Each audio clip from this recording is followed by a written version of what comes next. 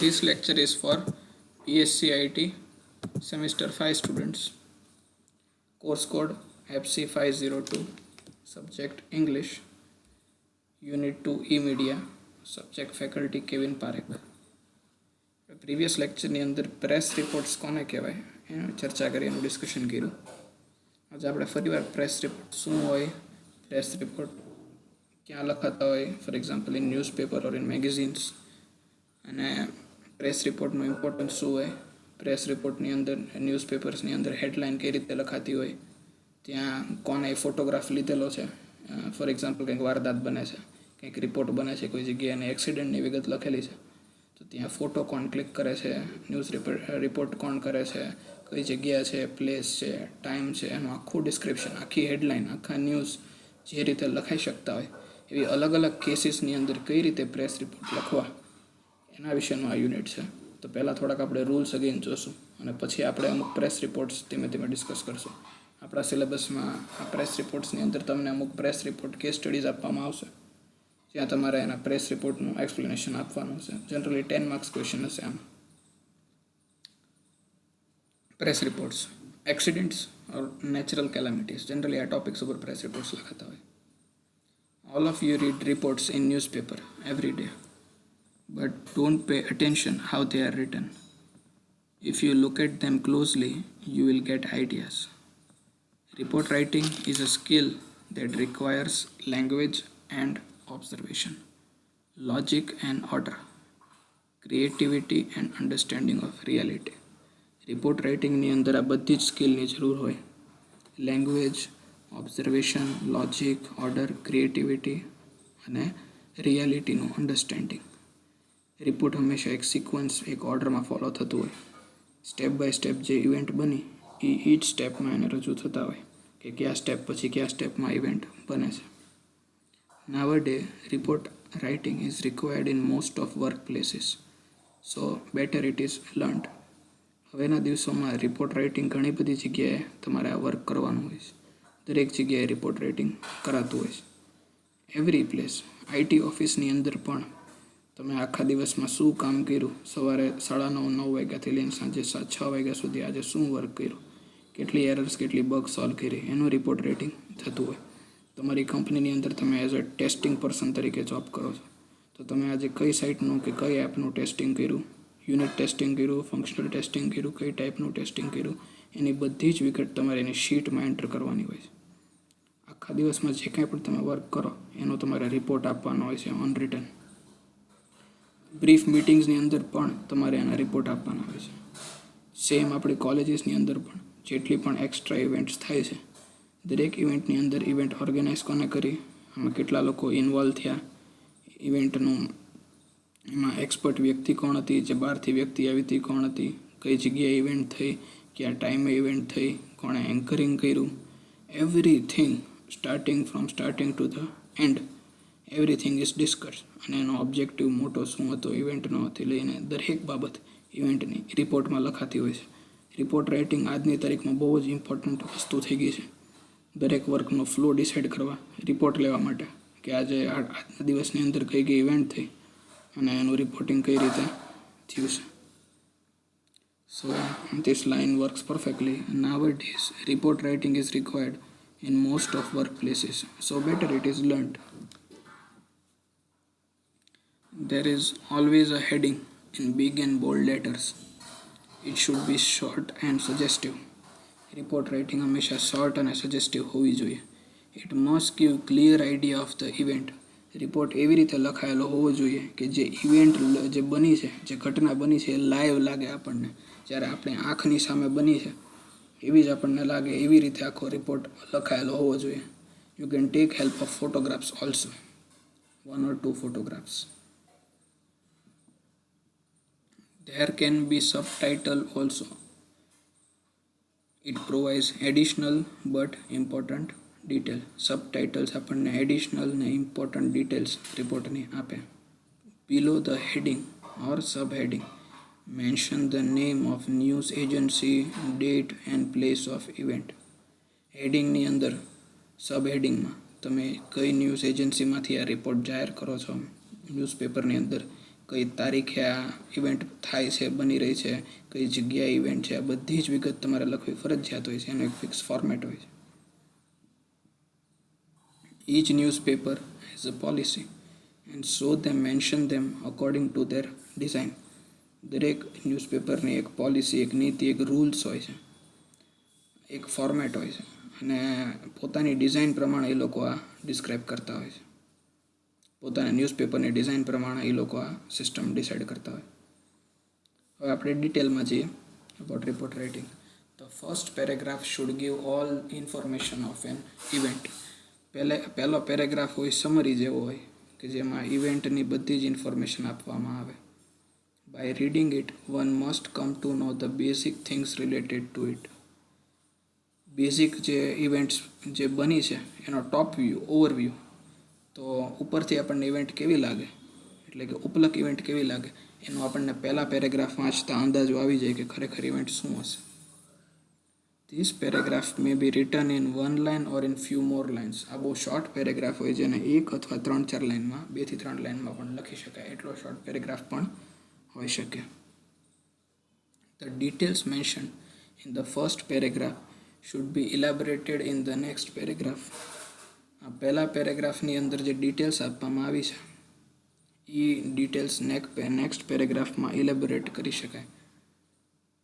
એટલે કે શોર્ટમાં જે પહેલા પેરેગ્રાફમાં વિગત આપી છે એ નેક્સ્ટ પેરેગ્રાફમાં આપણે એને એક્સપ્લેન કરી શકીએ, ડિસ્ક્રાઇબ કરી શકીએ. Pick up one thing and write a few lines about it and carry on like that. એક લાઇન તમારે પકડી લેવાની છે અને ફ્યુ લાઇન્સ એના વિશે લખવાની છે. Write in such a way that things have taken place before your eyes. એ રીતે લખવાનું હોય છે કે જાણે આખી ઇવેન્ટ તમારી આંખની સામે બની છે, તમારી સામે જ આ ઘટના બની છે, એ રીતે ઇવેન્ટની ચર્ચા કરવાની હોય છે. This will give an advanced view to look at the things. You know everything and writing will become easy. આ તમને એક રિપોર્ટ રાઇટિંગ લખવા માટેની એક સિમ્પલ રીત છે કે પહેલો પેરેગ્રાફ જેમાં સમરી, પછી આવતા પેરેગ્રાફમાં એનું ડિસ્ક્રિપ્શન, પછી એની પછીના પેરેગ્રાફમાં વધારે ડિસ્ક્રિપ્શન. એટલે આવી રીતે રિપોર્ટ લખવા હંમેશા ઇઝી રહે. The reporters are objective. Reporters હંમેશા ઓબ્જેક્ટિવ હોય. ઓબ્જેક્ટિવ શબ્દનો અર્થ શું થાય આપણે જોઈએ. તે don't put their feelings and so there are words and phrase suitable to that neutrality. એ પોતે ઇમોશનલ ન થઈ જાય. એક્સિડન્ટની અંદર કોઈ ઘણા બધા લોકોનું દાખલા તરીકે ડેથ થઈ ગઈ તો એ ઇમોશનલી રિપોર્ટ ન લખે. એ લોકો પ્રેક્ટિકલી રિપોર્ટ લખે. એ લોકો ઓબ્જેક્ટિવ થઈને રિપોર્ટ લખે કે કઈ જગ્યાએ કેટલા વાગે એક્સિડન્ટ થયું, એક્સિડન્ટની અંદર કયા બે ઓબ્જેક્ટ્સ છે જેની અથડામણ થઈ. ફોર એક્ઝામ્પલ, 2 ટ્રક વચ્ચે, બસ ને ટ્રક વચ્ચે, કાર વચ્ચે, 2 કાર વચ્ચે, કાર ને બસ વચ્ચે કયા બે ઓબ્જેક્ટ વચ્ચે અથડામણ થઈ, એમાં ડ્રાઈવર કોણ હતો અને કેટલા વાગે એક્સિડન્ટ થયું, એક્સિડન્ટની અંદર શું બન્યું. આ બધું એની ઓબ્જેક્ટિવ બાબત છે જે આપણે બહારથી જોઈ શકીએ. અને બીજી ઇન્ટરનલ બાબત ન લખે, એટલે કે ઇમોશનલી અટેચ ન થઈ જાય કે એક્સિડન્ટની અંદર એટલા નાના બાળક હતા અને એને આમ થઈ ગયું, અથવા આ ઇનસાઇડ મેટર્સ ન લખે કે જે બીજી હેરાનગતિ હોય એને બહુ બ્રીફમાં ઓબ્જેક્ટિવ રીતે લખે. they remain neutral. That is why they are reporters. Sometimes information provided may be unofficial. ઘણી વાર ઇન્ફોર્મેશન હોય એ અનઓફિશિયલ હોય. એ આપણે ક્લિયર કટ ન શીખી શકીએ કે ઇન્ફોર્મેશન એ હશે જ તે એક્ઝેક્ટ જે ઇન્ફોર્મેશન માહિતી વિગત આપણને આપે છે એ જ રીતે એ બની હશે અથવા એ એક્ઝેક્ટ છે. Sometimes may be official, but authority doesn't want to be involved. જે ન્યૂઝ રિપોર્ટિંગ ઓથોરિટી છે એને ક્યારેય કોઈ પણ ઇન્ફોર્મેશનની અંદર પોતે ઇન્વોલ્વમેન્ટ ન જોઈતું હોય. એટલે હંમેશા એ અલગ રીતના સેન્ટેન્સીસ યુઝ કરે રિપોર્ટની અંદર. કેવા તો કે ઇન સચ કેસીસ તે use phrase like according to the resource. અમારા રિસોર્સમાંથી અમને એવી સૂચના મળી છે, અમને એવી બહારથી માહિતી મળી છે, એટલે સોર્સિસનું નામ ન દે. In such cases, official, the information received reveals. Sometimes they are also quite official in people also. Such things are put into inverted commas. The report also use other phrases like when the last report came in. It is expected that our reporter informs. આ રીતના બધા sentence start કરે. કોઈ પણ વાક્ય હોય એ start આ રીતે કરે. એટલે એનાથી જે રિપોર્ટિંગ એજન્સી હોય એ સેફ થઈ જાય. They are cliché words. It means jargons. They are words related to terminology of journalism. If you closely read report every day, automatically you understand something. The report are arranged in a typical way. There are column and rows. A reporter hasn't to think about it. Such a work is done by editor. રિપોર્ટને ક્યાં કેમ લખવો, કઈ કોલમમાં લખવો, કઈ રોમાં લખવો, એને કેવી રીતે રજૂ થશે એના માટે એડિટર હોય. રિપોર્ટર ખાલી રિપોર્ટ આપવાનો. He arranges heading, sub-heading, photograph, put the blocks or supporting charts, etc. These things make a report attractive. એડિટરનું વર્ક હોય કે રિપોર્ટ કેમ એટ્રેક્ટિવ દેખાય ઓન ન્યૂઝપેપર, એ વર્ક એડિટરનું હોય છે, એની રજૂ કરતા હોય છે. એક રિપોર્ટ આપણે જોયો હતો કે how N Indian airliner crash near Srinagar and how 85 died, એનો જોયો હતો આપણે.